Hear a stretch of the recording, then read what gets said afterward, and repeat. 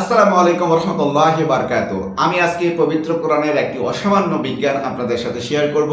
Russian একজন বিজ্ঞানী 1930 সালে বলেছিলেন যে এই পৃথিবী সহ এই মহাবিশ্ব যেরকম এক্সপান্ডিং হচ্ছে, একটা সময় গিয়ে এই এক্সপান্ডিং প্রক্রিয়া বা সম্প্রসারণ প্রক্রিয়াটা বন্ধ করে দিয়ে সে আবার নিজের দিকে ফিরে আসবে। এটি হচ্ছে রাশিয়ান বিজ্ঞানী 1930 সালে বলেছিলেন। এখন বর্তমান বিজ্ঞানীরাও কিন্তু এটা নিয়ে গবেষণা করছে, কিন্তু আসলে তেমন কোনো তথ্য তারা দিতে পারেনি বা এই পর্যন্ত আসতে পারেনি। পবিত্র কোরআনে সূরা আল আম্বিয়ার 30, 31, 32 এবং 33 এই চারটে আয়াত যদি আপনারা পড়েন তাহলে বুঝতে পারবেন যে এই মহাবিশ্ব কিভাবে সৃষ্টি হয়েছিল এবং এই মহাবিশ্ব এবং পৃথিবী আর সব কিছু যে একই বিন্দুতে অবস্থান করছিল সেই বিষয় সম্পর্কে বর্ণনা করা হয়েছে।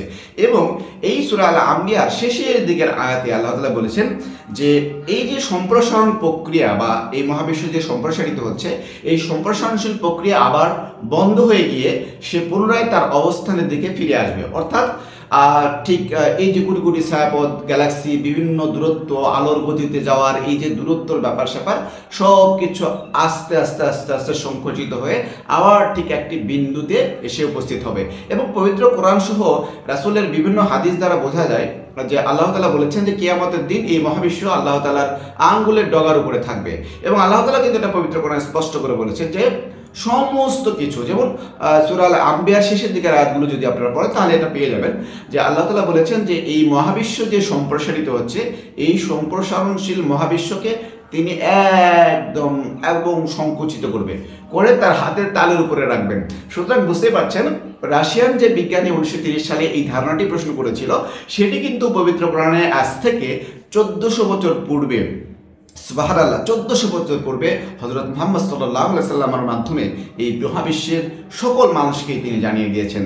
সুতরাং এখানেও কিন্তু বিজ্ঞানের যে ধারণা সেটি ছাড়াও পবিত্র কোরআনের ধারণা নয়, এটি সুস্পষ্ট বিজ্ঞান। আল্লাহ তাআলা বলেছেন এই মহাবিশ্ব সম্প্রসারণ প্রক্রিয়া বন্ধ করে দিয়ে আবার সে নিজের দিকে ফিরে আসবে।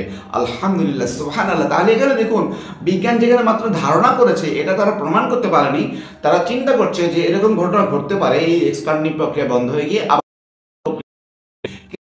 বলা হয়েছে আজ থেকে 1400 বছর আগে।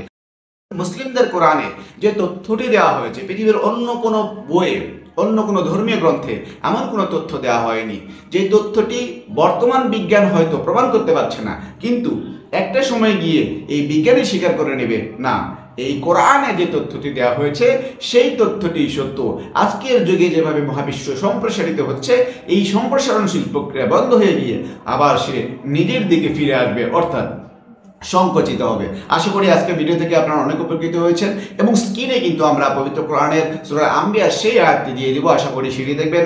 আমার এই ভিডিওগুলো অবশ্যই আপনারা লাইক, কমেন্ট এবং শেয়ার করবেন। ইসলাম প্রচারে আমাদের সহযোগী হওয়ার জন্য আপনাকে একান্তভাবে আন্তরিক ধন্যবাদ জানাচ্ছি। আসসালামু আলাইকুম ওয়া রাহমাতুল্লাহি ওয়া বারাকাতুহু।